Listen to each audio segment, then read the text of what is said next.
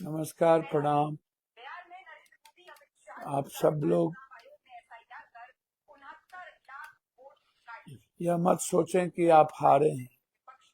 आपको हराया गया है, आपके वोट चोरी किए गए हैं। आप आपको सब लोग जुड़िए, मैं सुना रहा हूँ आपको, जरा सुनिए। पहले सब लोग जुड़िए, फिर मैं आपको बताऊंगा। सब लोग जुड़े, मैं आपको पहले सुना दूं।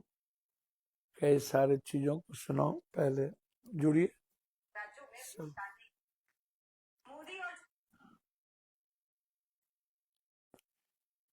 क्या है? चुनाव आयोग ने वोट चोरी कर बिहार में एनडीए को 200 पार पहुंचाया है। आज मैं आपके सामने एक एक कर 8 ऐसे सबूत और तथ्य रखूंगी जिन्हें देखकर आप भी कहेंगे चुनाव आयोग और मोदी ने मिलकर बिहार में जमकर वोट चोरी की। पहला सबूत, बिहार में नरेंद्र मोदी अमित शाह के इशारे पर चुनाव आयोग ने एसआईआर कर 69 लाख वोट काट दिए। जिन लोगों के वोट काटे गए वे विपक्ष के वोटर थे जिन्हें टारगेट कर लिस्ट से बाहर किया गया।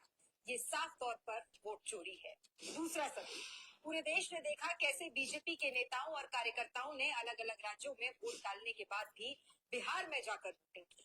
तीसरा सबूत, चुनाव के बीच बीजेपी ने स्पेशल ट्रेनें चलवाई जिनमें लोगों को टिकट दिलवाकर और गले में पटका पहनाकर अलग अलग राज्यों से बिहार भेजा गया ताकि वो बीजेपी को वोट दे सके। चौथा सबूत, ज्ञानेश कुमार ने बिहार चुनाव की घोषणा के दिन यानी 6 अक्टूबर को प्रदेश में 7.42 करोड़ वोटर बताए। वहीं वोटिंग के बाद यानी 11 नवंबर को वोटरों की संख्या बढ़कर 7.45 करोड़ हो गई। सवाल है, बिहार चुनाव के बीच अचानक से 3 लाख वोटर कैसे बढ़े?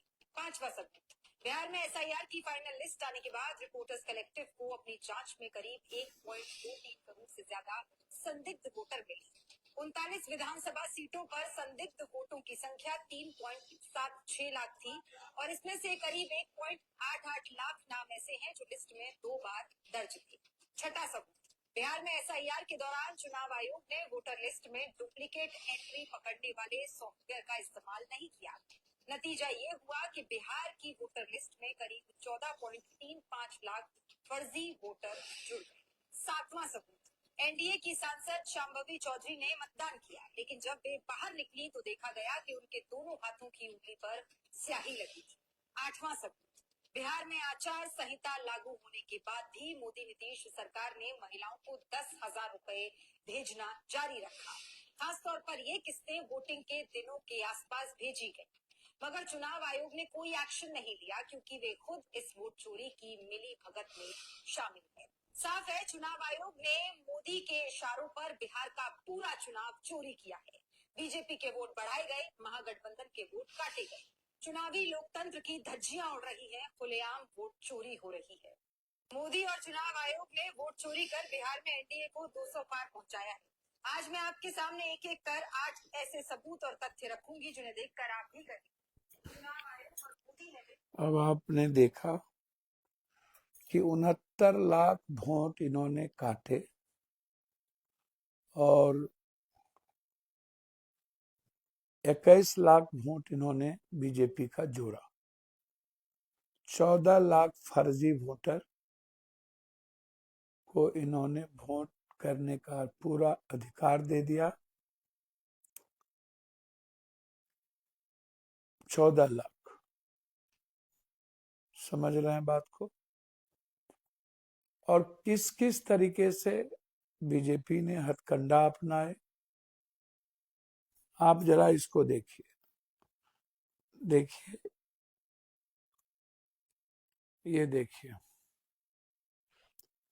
ये देख रहे हैं 1,22,000, 1,22,000, ये सारे जितने आप देख रहे हैं। सम्राट चौधरी 1,22,480, विजय सिन्हा 1,22,408, नीरज बबलू 1,22,419, कृष्ण कुमार ऋषिदेव 1,22,400 कुछ, वीरेंद्र कुमार 1,22,400 कुछ, मतलब एक भी मंत्री जो चुनाव नहीं जीत रहे थे पहले से ही 1,22,000 के आंकड़े को ला करके सॉफ्टवेयर के द्वारा बदमाशी किया गया। सारे मंत्री को जिताने के लिए इन्होंने भरपूर प्रयास किया। मैं कई बार कह चुका हूं कि कैसे वोट की चोरी की गई, कैसे वोट की चोरी में लोगों ने पैसे का तंत्र रचा, शासन प्रशासन की तंत्र रचे। मैं आज फिर से कहना चाह रहा हूं कि मेरी गलतियां थी, मेरी गलती गठबंधन के आधार पर भी थी। हम लोगों ने समय पर कैंडिडेट नहीं दिया, हम लोग सही तरीके से कैंपेन नहीं कर रहे थे, हम लोग आपसी तालमेल के साथ नहीं लड़ रहे थे, हम लोगों ने सही वर्कर को भी तरजीह नहीं दी। कई कारण हैं, लेकिन बिहार की जनता इंडिया गठबंधन को चुनाव जिताना के लिए तैयार है, थी, आगे भी रहेगी। बिहार की जनता ने ऐसा गलती नहीं किया है। मैं जानता हूं 40,000 करोड़ रुपया, 20,000 करोड़ रुपया दिया गया, वह एक मात्र पर्दा था, आईवाज था, आंख में धूल की झोंका थी। कोई भी माँ बहन पैसे लेके वोट देने को तैयार नहीं था। सोशल मीडिया, टीवी चैनल वाले को इतने पैसे दे दिए गए थे कि वो सिवाय महिला के दूसरी बात कर ही नहीं रहा था। विकास की बात नहीं हो रही थी, या तो महिलाओं की बात हो रही थी, या तो जंगल राज की बात हो रही थी। जरा आप सोचिए कि चुनाव के अंतिम दिन भी पैसे डालना, क्या ये सही है? क्या ये घूस नहीं है? जरा आप सोचिए, जो वोट कटे 69 लाख, वो वोट या तो मुसलमान के कटे, या तो जादव के कटे, या तो आदिवासी के कटे, या तो दलित के कटे, या तो कुछ ईबीसी के कटे। आपको आश्चर्य होगा, जो 22 लाख वोट जुड़े हैं वो बीजेपी के वोट जुड़े, और पूरी की पूरी चुनाव आयोग की मिली भगत से 202 नंबर लिया गया। इसी में इन लोगों की गहरी साजिश थी कि नीतीश कुमार को भी हर परिस्थिति में इतना वोट न आए और उनके बगैर वो सरकार बना पाए। सवाल मेरा यह नहीं है, सवाल है कि आपका मनोबल बहुत गिरा होगा, आप चिंतित होंगे। मैं सुबह भी लाइव आया था, पुनः इस बार हमको लाइव आना पड़ा। तो आप चिंतित मत होइए, आप घबराइए नहीं। आपके साथ मैं बेटे की तरह पूरे बिहार के गरीबों के साथ खड़ा हूँ। मेरे मरने के बाद ही आपको विचलित होने की जरूरत है। हाँ, भले ही हमको ये लोग मार दे, मरवा दे, तभी कुछ हो सकता है। हम लोगों की लड़ाई जारी रहेगी, हम लोग सर्वोच्च न्यायालय जाएंगे। हमारे नेता राहुल गांधी जी, खड़गे जी, हमारे प्रभारी, हमारे वेणुगोपाल जी, सभी लोग इस लड़ाई को लेकर के बहुत ही गंभीर हैं, और लगातार मीटिंग पे मीटिंग चल रही है। आप ये मत सोचिएगा कि आप हारे हैं, या ये मत सोचिएगा कि इंडिया गठबंधन कमजोर हुई। आप नरेंद्र जी के, मोदी जी के बयानों पर मत जाइएगा। उन्हें राहुल गांधी को गाली देने के अलावे और राहुल गांधी के बात करने के अलावे दूसरे इनके पास कोई वक्तव्य नहीं है। मैं जानता हूं कि जो जो वोट दिए गए सीमांचल में, मैंने कई बार कहा कि सीमांचल में जब मैं कोई बात कहता हूं, तो जब कुछ लोग हमें कहते हैं, मैं उनसे कहना चाहूंगा, मैंने तब भी कहा कि जो लोग तलवार बांटे थे मुसलमानों के खिलाफ, गरीबों के खिलाफ, लगातार अग्रवाल जी, जिनको नोटिस दिया गया बीजेपी की तरफ से, वो अपने बीजेपी में थे और बेटा वीआईपी से चुनाव लड़ रहा था, और कितने जहर उगले थे। मैं उनसे कहना चाहूंगा, जो लोग बड़े बड़े अपने को तिस्मार खां समझते हैं, उस वक्त आप कहाँ होते हैं जब पैसे की बदौलत ये लोग एमएलसी बन जाते हैं। आप याद करिए, जब किशनगंज में कलेक्टर साहब के सामने में मैंने दिलीप जी को कहा था कि मैं तिनवाला पर से फेंक दूंगा यदि कोई हिंदू मुसलमान का दंगा होगा, आप भूले नहीं होंगे। मैंने वह शब्द वो दिन, जबकि कोई नरकंगाल नहीं था, उसके नाम पर पूरा का पूरा किशनगंज जलाने का प्रयास किया गया। हमारे मुसलमान भाइयों ने बहुत सब्र किया और सभी हिंदू और मुसलमानों की एकता का मिसाल दिया। पप्पू यादव जब पहुंचे थे तो मैंने उस वक्त कहा था बीजेपी के सारे लीडरों को, दंगा हो जाने दो, या तो तुम रहोगे या तो हम रहेंगे। उस वक्त पप्पू यादव मरने के लिए गया था।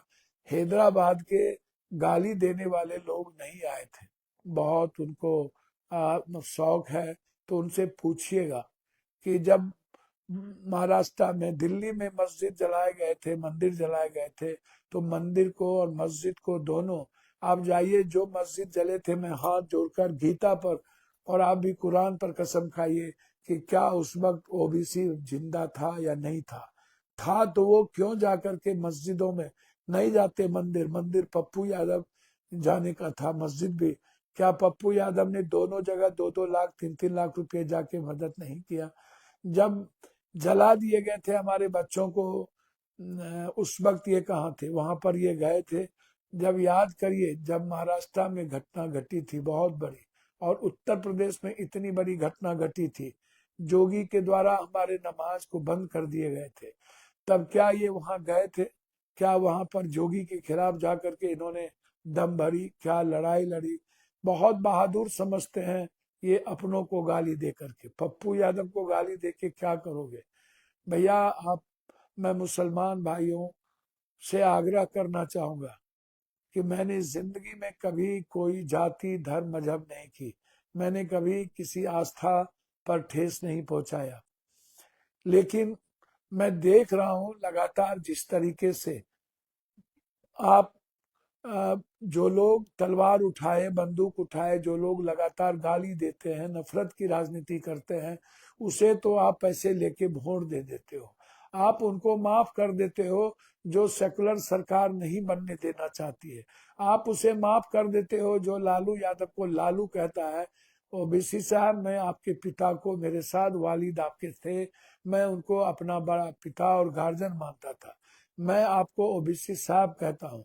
जब आप पर कोई कमेंट किया किसी भी तरह के, तो मैं आपके सपोर्ट में अपनी वाक्य, अपने संदर्भ मैंने बातें कही, लेकिन जब राजनीति विचारधारा की होगी और कट्टरपंथ और चरमपंथ की दोनों की बात होगी, तो निश्चित रूप से वहां विचारों की बात कोई भी करेगा। मैं भी एक पार्टी का जिम्मेदार वर्कर होने के नाते, यदि मैंने अमोर में जलील मस्तान जी के बारे में, और यह सवाल मैंने कहा कि जो भीड़ थी वो पप्पू यादव, वहां जीतने का कोई सवाल ही नहीं उठता है।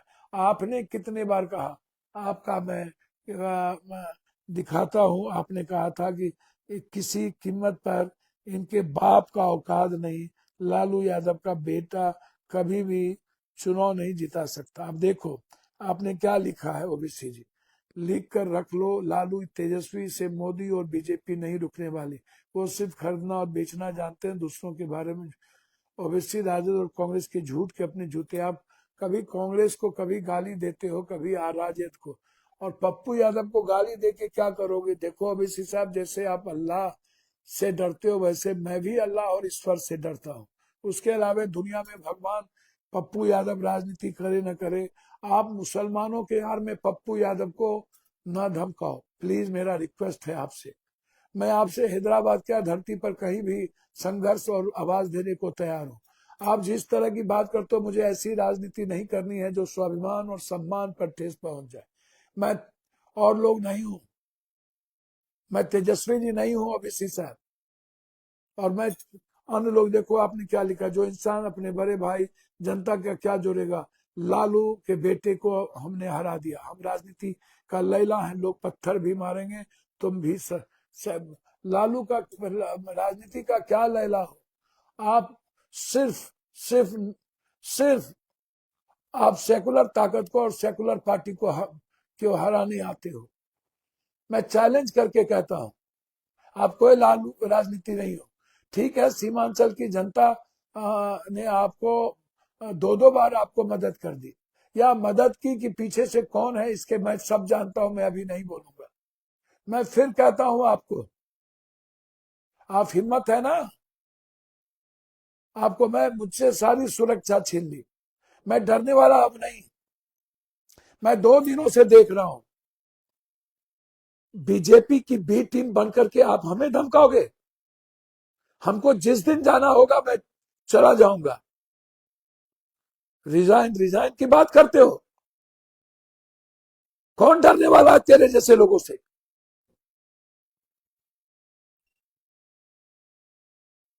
मुझे बात मत बताओ, मैंने कभी आपका सम्मान अपमान नहीं किया है, लेकिन पूरी सीमांचल को बीजेपी की गोद में देने वाले हमें मत समझाओ।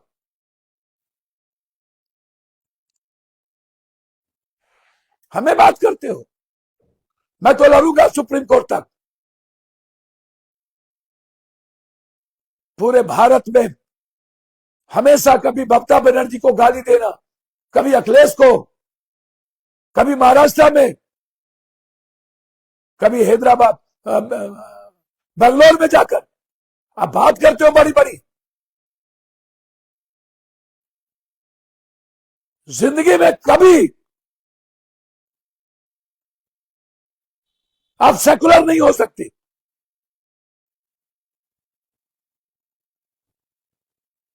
आपके हॉस्पिटल में 3 लाख रुपया लिए बगैर लाश नहीं छोड़ता है, आप बात करते हो पप्पू यादव से। अरे हर दिन 3 लाख रुपया छोड़वाते हैं 100 को, बहुत हो गया। 2 दिनों से टुच्चे, आपके छोटे कुछ टुच्चे लोग रिजाइन मांग रहे हैं। हमें मत सिखाओ आप क्या करते हो।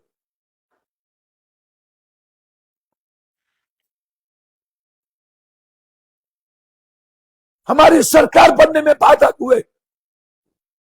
जहां लड़ो तलवार उठाने वाले से, जहां लड़ो उससे जो वोट देते हैं, पैसा लेकर के एमएलसी बनाते हैं बीजेपी वाले को, उसके खिलाफ ये नहीं लड़ेंगे। ये सबसे बड़े सेकुलर और मुसलमानों के दुश्मन ये बात करते हैं।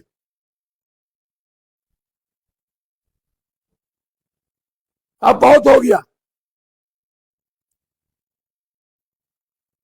और मैं अपने भाइयों से कहना चाहूंगा, मैंने कभी गलती नहीं की है, ये सही नहीं है।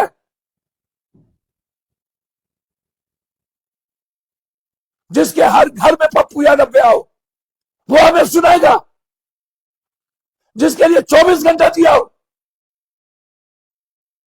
क्या फर्क है आरएसएस बीजेपी और आप सुनाने वालों में से?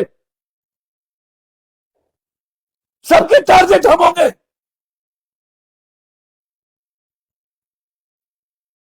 क्षमा करिएगा, मैं और लोग नहीं हूं। हमें खुददारी बेच करके राजनीति नहीं कर रही है, किसी के टोकरी पर रोटी पर नहीं पड़ना है मुझे। ऐसी गंदी राजनीति को मैं तौबा करूंगा, लेकिन जीऊंगा शान से। सही नहीं है ये, हाथ जोड़ता हूं, प्लीज जो लोग लालू जैसे लोगों, जी के जैसे लोगों का सम्मान न करे, वो आप क्या बात करोगे? और कहता है बीजेपी को नहीं हरा पाएगा। कौन है आप?